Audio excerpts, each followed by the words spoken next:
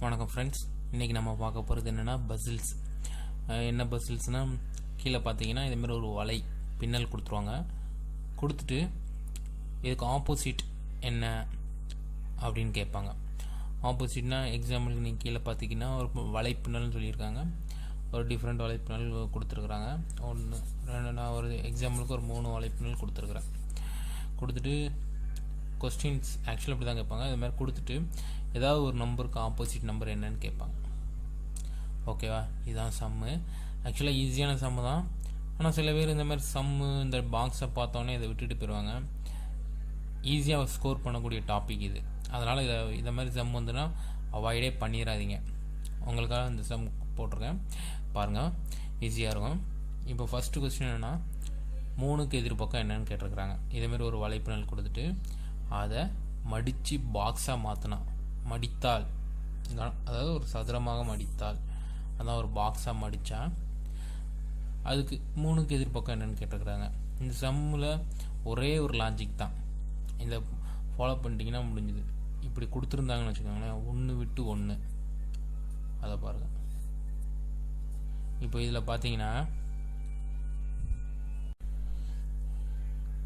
இதேமாரி 1க்கு 1 ஆப்போசிட் எடுத்துக்கோங்க. எடுத்துட்டிங்கன்னா அதான் ஆப்போசிட். இப்போ பார்த்தீங்கன்னா 6க்கு ஆப்போசிட் 3, 4க்கு ஆப்போசிட் 5, மீதி பேலன்ஸ் என்ன இருக்குது, 1 2 தான் இருக்குது. அப்போது 1க்கு ஆப்போசிட் 2. இப்போ கொஸ்டினில் என்ன கேட்டிருக்காங்க, 3க்கு ஆப்போசிட் என்னன்னு கேட்டிருக்கிறாங்க.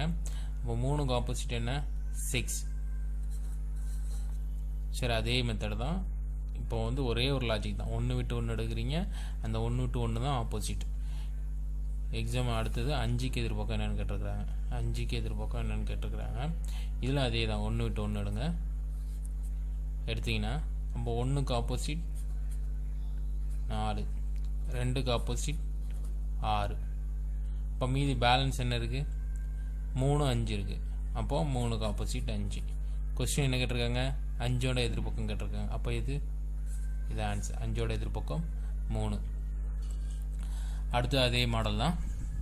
1 விட்டு 1 எடுத்துக்கோங்க.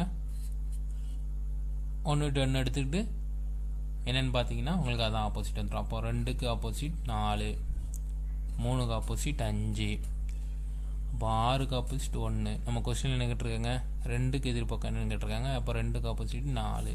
இதான் முடிஞ்சு. எதை கேட்டாலும் ஈஸியாக பண்ணிடலாம். ஈஸியான சம்மு. ஈஸியாக இந்த மாதிரி கொஸ்டின் வந்துன்னா கண்டிப்பாக அதை விட்டுறே செய்யாதீங்க. ஈஸியாக டக்குன்னு பார்த்தோன்னே சொல்லிடலாம். ரொம்ப டைம் ஈஸியாக எடுத்துக்கிற சம்மில் இது ஒரு sum. Okay, thank you to watches. உங்களுக்கு எங்களுடைய வீடியோ பிடிச்சிருந்ததுன்னா லைக் பண்ணுங்கள். ஏதாவது சஜஷன் இருந்தால் கமெண்ட் பண்ணுங்கள்.